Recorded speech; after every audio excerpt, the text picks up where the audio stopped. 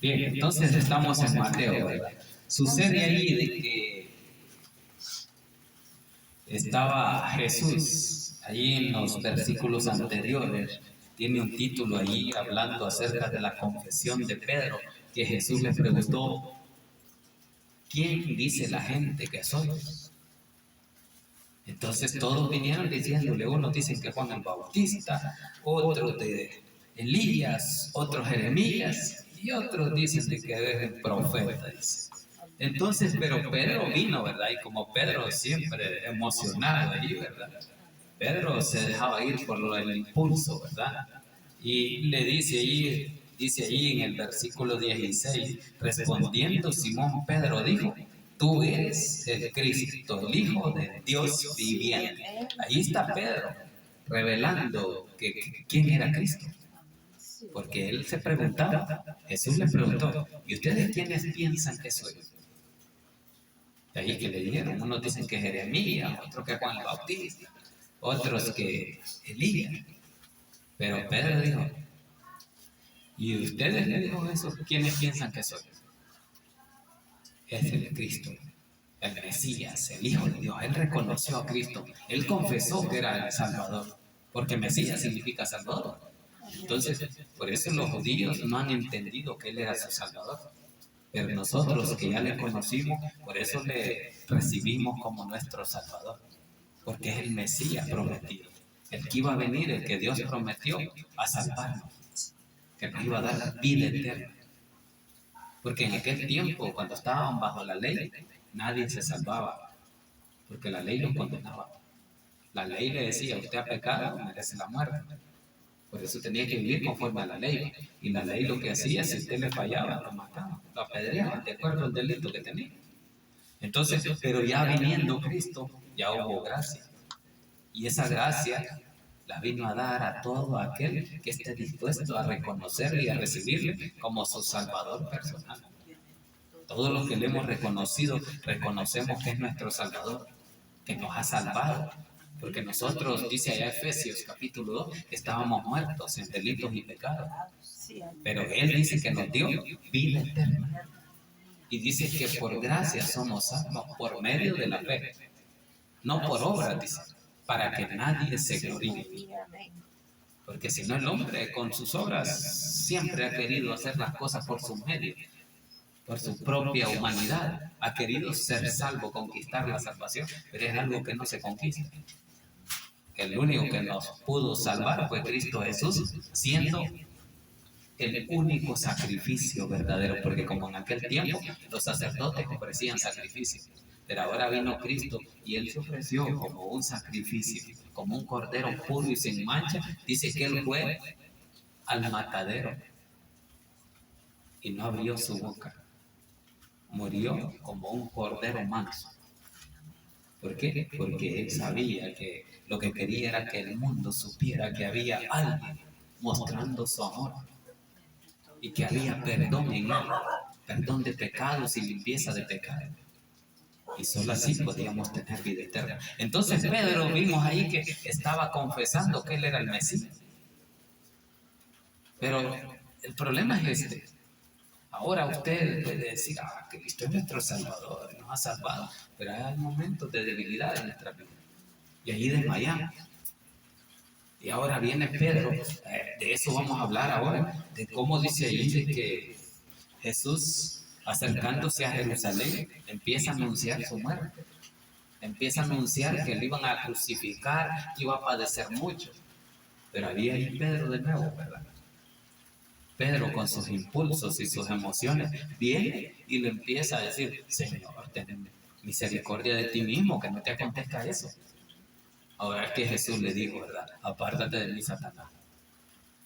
Y ahora Pedro se queda asustado. ¿Por qué? Porque le acaba de decir que estas cosas no te las reveló hombre, sino el Espíritu Santo de Dios. Le dice allá, ¿verdad? Cuando le dijeron quién era él, él dijo el Mesías. Estas cosas te las reveló Dios, dice ahí, ¿verdad? Pero ahora que Pedro empieza a decirle a Jesús que no te acontezca nada, Señor, porque ya se habían acostumbrado a andar con él. Acuérdese que ellos caminaban a la par de Jesús, todos los discípulos. Entonces, a la hora que él estaba diciendo, yo tengo que morir, tengo que ser sacrificado, tengo que ser azotado, tengo que sufrir mucho. Pero eso tiene que acontecer. Entonces, pero a Pedro no le parecía. Es como aquí va, como hermanos en la fe. Nos hace falta la hermana. Ahora que ya no está la hermana y está en el hospital, nos hace falta. Ajá, entonces, pero como no somos nosotros los que tenemos el control de la vida, si no es Dios, Él hace como a Él le place. Entonces hay que esperar en Él. Entonces Jesús le venía diciendo a los discípulos, yo voy a morir, pero a ellos no les parecía. Y a nadie le parece.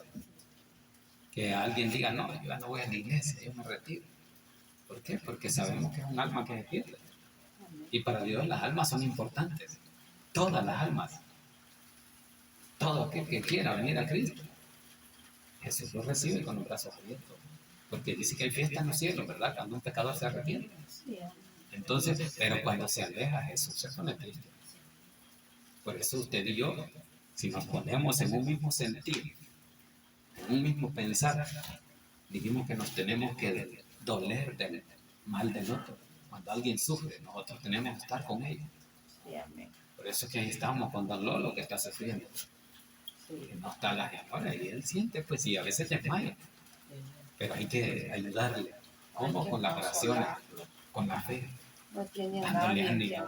Porque él se siente mal, pues si él como dijo la hermana Lupita ayer, dijo que ella quisiera preguntarle a Dios que qué está pasando, porque no la levanta. Pero no es en el plan del hombre. Las cosas son en el plan de Dios, como Él las tiene y como Él piensa hacerlo. Así es perfecto, porque Él no se equivoca y Él va a hacer las cosas perfectas. Así es que la obra es de Él y Él tiene que hacer como a Él le place y en quien le place. Lo puede usar a cualquiera de nosotros o a cualquier persona.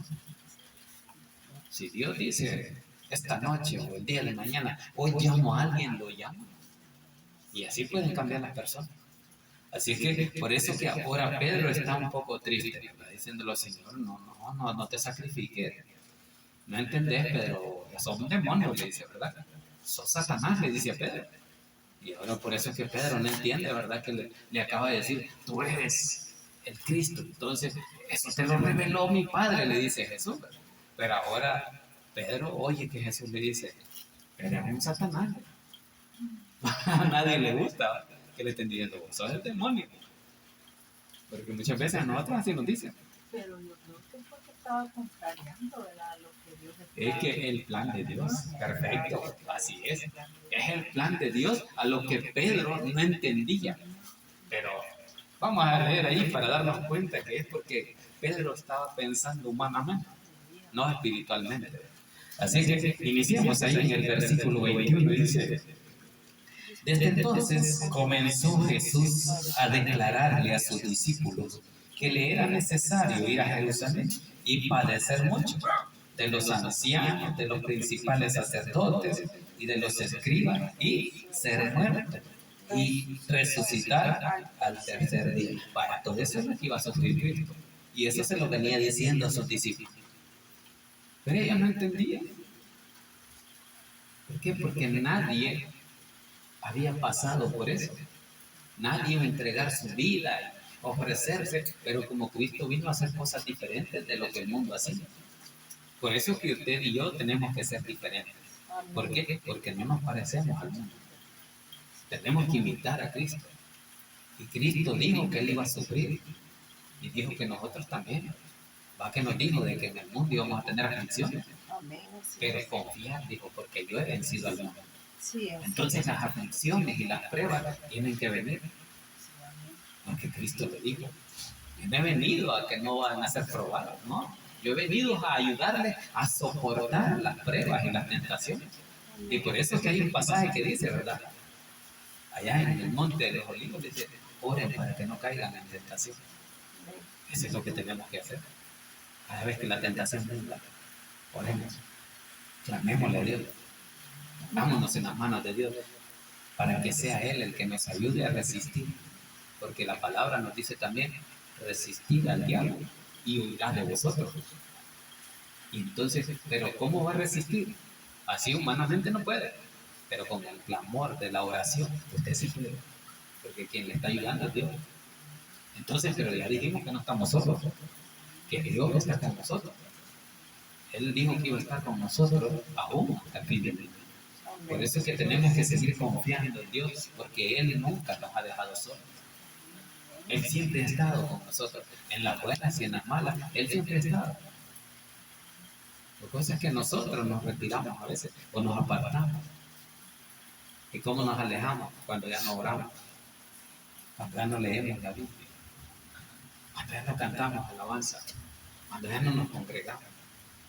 ¿Quién empieza a gobernar? El enemigo. Porque hay espacio. Porque la palabra nos dice de que cuando el espíritu sale del hombre, dice que se va a lugares alejados y queda sola la casa. Pero dice que cuando viene a ser peor que cuando estaba con 7 espíritus más malos que él, el que estaba. Por eso es que no tenemos que apartarnos de nuestra comunión con Dios. ¿Y cuál es la comunión? La oración. A cualquier hora que usted sienta el deseo, sea en la noche, en el día, usted puede hacerlo. Hágalo. ¿Por qué? Porque eso nos ayuda. Porque eso nos da fe, nos da ánimo, nos da fuerza. Todo eso lo da la oración. Pero confiando en Dios. No hay nadie que diga yo me voy a fortalecer solo, ¿no? Difícilmente. Porque esa es la fe. Creer algo que yo no tengo, ¿verdad? Pero que tengo la seguridad de que Dios ya me lo dio. Entonces, esa es la fuerza que nosotros tenemos. Jesús mismo, el salmista David lo dijo, que Él es nuestro amparo, nuestra fortaleza, nuestra fuerza, nuestro refugio en las tribulaciones. Entonces, si estamos atribulados, ¿por qué no vamos a refugiarnos en Dios? Es lo que el salmista decía. Por eso tenemos que seguir confiando. Aquí Jesús dice que Él iba a sufrir, iba a perecer. ¿Y por quién? Por los principales sacerdotes, por los escribas, por los ancianos de aquel tiempo, los grandes maestros de la ley, los conocedores de la palabra de Dios. Ellos le iban a crucificar. Ellos le iban a matar. Por eso dice ir y ser muertos. Pero dice, al tercer día venció la muerte. Y al tercer día resucitó. Eso es lo que dice ahí al final del versículo 21. Dice, tienen que padecer, dice, mucho de los ancianos, de los principales sacerdotes y de los escribas, y ser muertos y resucitar al tercer día. Allí venció la muerte. Allí nos dio la victoria. Porque ahí estaba la victoria sobre la muerte. Y si Él la venció y usted está con Él, usted es un vencedor, una vencedora. No estamos derrotados, estamos en victoria. ¿Por qué? Porque la victoria Cristo la tuvo sobre la muerte. La muerte no pudo detenerla, dice. Dice que la muerte sentía como dolores de parto. No lo puedo detener, decía. La mujer cuando está en parto siente que ya le viene. Entonces la muerte así sentía, ya se me va, no lo puedo detener, decía. Entonces lo venció porque Cristo al final tenía que salir. ¿Por qué? Por su poder, por su soberanía. Porque Él hace como lo place, y ya la profecía estaba dicha, que Él iba a resucitar al tercer día. Por eso dice ahí, y al tercer día resucitará, dice ahí, ¿verdad? Así es. Pero ese tercer día para nosotros es ese resucitar cuando Cristo venga, que es Él el que nos va a levantar. Así es. Ahí se nos va a llegar el tercer día. Va, cuando Él venga y nos levante. Porque la palabra es bien clara cuando dice que los muertos en Cristo resucitarán primero, luego los que estamos vivos seremos arrebatados para reunirnos con Él en el aire. Esa es la esperanza que tenemos cuando estamos en Cristo, pero aquel que no está en Cristo no tiene esperanza. Él piensa como el mundo, que se muere y ahí termina todo. Pero allá en Hebreos capítulo 9, versículo 27 dice que está escrito que el hombre muera una sola vez y después al juicio. Entonces cuando uno muere, dice que hay un juicio y Dios nos va a dar la victoria. Así es que confiemos, ¿verdad? Pero los discípulos no querían entender esto. ¿Por qué? Porque estaban pensando humanamente. Ellos no querían separarse de Jesús. Y él diciéndole, yo voy a morir, yo voy a ser muerto, voy a sufrir, voy a padecer. Pero ellos no entendían. Y claro, cuando uno tiene una mente más carnal o material, no va a entender las cosas espirituales. Y eso es lo que pasaba con Pedro. Por eso les digo que en las emociones no disciernen. Porque para discernir hay que pensar espiritualmente. Y entonces Pedro le dijo, no, que no te acontezca eso, Señor. Cuídate, le dijo. No quería que el plan de Dios se cumpliera, pero era un plan de Dios. Y lo que viene de Dios va a pasar. Nadie lo va a detener. Sigamos ahí, en el 22. Dice, entonces Pedro dice, tomándole aparte, lo separó de los otros discípulos. Digamos que estaba aquí, pero él lo llevó allá, lo solito, dice ahí, ¿verdad? Sí, estamos en el mismo capítulo 16, versículo 22 de Mateo, dice, entonces Pedro dice, tomándolo aparte, comenzó a reconvenirle diciendo, Señor, ten compasión de ti, en ninguna manera esto te acontezca. Ahí está, ¿verdad? Él quería evitarle la muerte. Pero él, según Pedro, humanamente, le estaba queriendo evitar la muerte, pero no. Jesús le vio y le dijo, no estás pensando espiritualmente. No estás pensando como Cristo te ha enseñado. Por eso Pedro le decía, no, que no, ten cuidado Jesús, que no te vayan a matar. Mejor no vaya. ¿Y qué si le estaba evitando el camino de la cruz? El camino de la salvación para el hombre, para el mundo. Porque ese es lo que Cristo venía a hacer a esta tierra. Para eso vino, hecho carne, para cumplir el plan de Dios y demostrar a los hombres de que Él, su bendito amor, nos amó. Nos dio vida eterna, nos dio salvación, pero tendría que sufrir por amor. Por eso vimos allá, ¿verdad? En Romanos, en Corintios 13, de que el amor todo lo sufre, todo lo soporta, no se jacta, no se queja. ¿Por qué? Por amor, porque el amor así es. Entonces, por eso es que Pedro no estaba viendo con los ojos espirituales, sino con la mente carnal. ¿Por qué? Porque él se sentía afligido.